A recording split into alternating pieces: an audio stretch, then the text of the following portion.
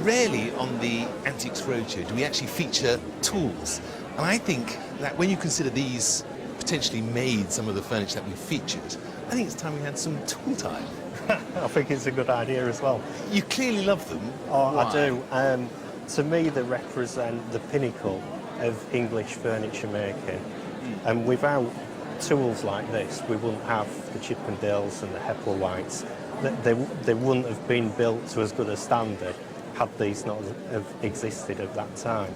People look at these tools that may have been the granddads and they're found in the shed, and they'll go in the skip, or they might go to a sale room.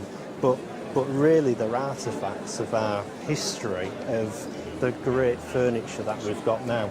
Because they are works of art in themselves. I mean, you're quite young. I mean, why tools for you? I actually make saws. Oh, okay. Yeah, I actually reproduce saws from this era. Wow.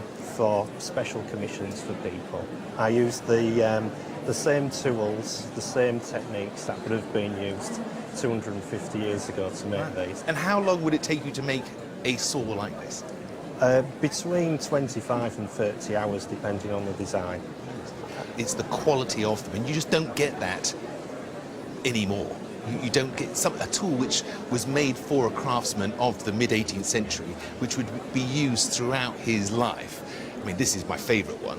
When you see the blade on this one, you can see, I mean, this would have, I mean, correct me if I'm wrong, Ernie, this would have been out there, and then they've resharpened it over years, where they've actually now had to go round a little bend. And that, to me, just sums up how important these were to that person, how expensive they were, and it then creates a beautiful object in itself. I mean, they've got makers' marks on them. Have you researched the makers into these ones? I have, yeah, with quite some depth. Most of the saws that are on the table were made in Sheffield, and this one in particular is probably one of the early examples of a Sheffield saw. And the maker, John Kenyon, was the first Sheffield saw maker outside of London, and this dates from about 1760.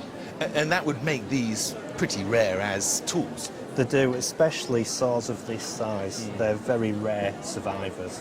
There's now sales or auctions purely of tools. I think on the table here you've got between £3,000 and £3,500 worth of saws. That's quite unbelievable, yeah.